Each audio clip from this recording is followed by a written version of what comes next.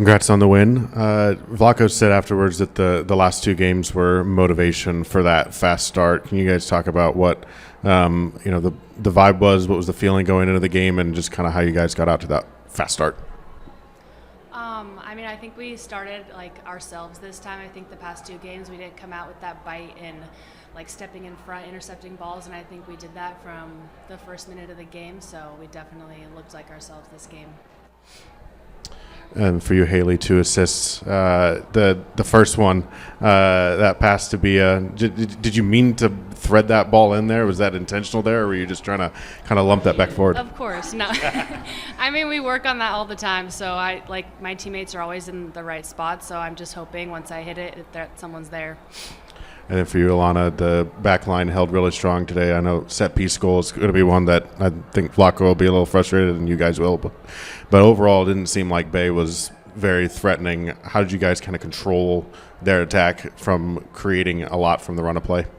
Yeah, I think we all do our homework. The coaches are very diligent in preparing us, and we felt like last week against Seattle, we got a lot of practice in getting ready for balls in behind, and we identified that as being something that the Bay was going to try to do. So we felt well practiced and ready for what they were going to bring for us. And I think, like Hailie said, we kind of got back to our usual ways, being aggressive, stepping into the ball. And I think when we have that type of pressure back to front, it's very hard for teams to play. I think we just were organized, aggressive, and ready to come out and win today. And with the road games coming up, especially Orlando, what are you doing to prepare for that game? And is there anything you can take from the matches last season, knowing that, these are probably the 2 premier clubs in NWSL right now? I think just being ourselves, and it doesn't really matter who we play as long as we play like Kansas City and people are like, oh shit, when they come play us or when we go play them. So I think just sticking to that and staying organized. Well said. Congratulations to you both on the win. The last two, like I talked about, the last 2 matches being motivation. How much of a relief was it for you all as players that this match was at home? I don't know if relief is the word. I think no matter what this next game was going to be, we were going to do our best to take the lessons we've gotten from the last 2 games and put them into practice. We are on, I think, in this kind of 6-game spell, the last few included, 6 away, 1 home, something like that. So we knew it would be a tough stretch going into it, and I think we didn't start it the way we wanted to. So I think no matter what this game was, we were going to put everything into it that we could to make sure that we righted the ship and that we set ourselves up well for the rest of the season. And as both of you are defenders, and I think it was the 78th minute, Ellie came in and you all played a back 5. Is that something more? Is that more of an adjustment from the way that you feel like you all normally play, and is it something that you as players were ready for, as far as being prepared in the week for that? I think no matter what formation we play, we just are aggressive and stepping out, and I think when we are in a 5-back, we're still able to step out, put pressure, and teams aren't able to break us down. Yeah, I think it's helpful for us to have these moments where a 4-1 game, do we need to go into a 5-back to win and defend that lead? Probably not, but it's something that'll serve us well in the future games when we're defending a tight lead. So, like I said, the coaches and the staff are really diligent in preparing us for the moments when we're going to need that, and I think today was a good run out for us to have some practice under our belt.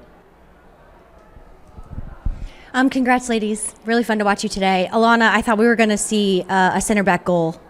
Walk me through that. I did too. What did you see when that ball bounced out? As the ball was coming to me, I thought to myself, act like you've been here before. And I was like, I'm going to take a touch and I'm going to be so calm, and then I'm going to just bang this into the goal. And unfortunately, my first touch banged off my foot. And then Bia made fun of me, which made it worse. But I will be ready next time it comes to me at the top of the box. No, but you and Kayla both had, I think, some attacking opportunities today. How much are you guys vying for that as far as set pieces specifically? We say it every week that we are just, we have these mouth-watering opportunities. We have to make the most of it. So we do speak about it a lot. We are pushing each other to be our best, and maybe next week. It's coming. It's coming. Hailie, congratulations, and it's great to see you back in the starting lineup doing your thing. Can you walk me through the celebration? with Davina? Well, we were supposed to do it her first goal, but I was too gassed. I needed to get some Gatorade, so I'm glad she scored a second one. We did and then shot each other, but I don't know. That's what I missed. So you shot each yeah, other. and then fell. Yeah, she made it up, and I said, "Yeah, let's do it."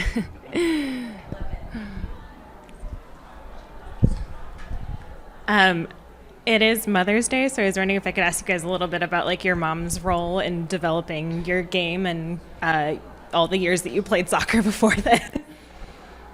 Yeah, my mom's my biggest supporter and would take me to and from every single practice, no matter what sport it was. So I think having her has just inspired me and made me the player that I am today. Yeah, my mom never played soccer, but anytime she had a criticism would say it's just like basketball, and then would make the obviously relevant analogy. But no, same thing. I think all of our moms here have been so helpful in getting us to where we are, whether that's literally driving us to practice as far as they had to drive us I think we practiced like Monday, Wednesday, Friday, and probably had games Saturday, Sunday. So, yeah, we were probably the focus of their lives and took up all of their time. And I don't think we can really ever repay that, but I think we all kind of try not to take for granted everyone who got us here and try to pay it back in our performances and how hard we work. Thanks.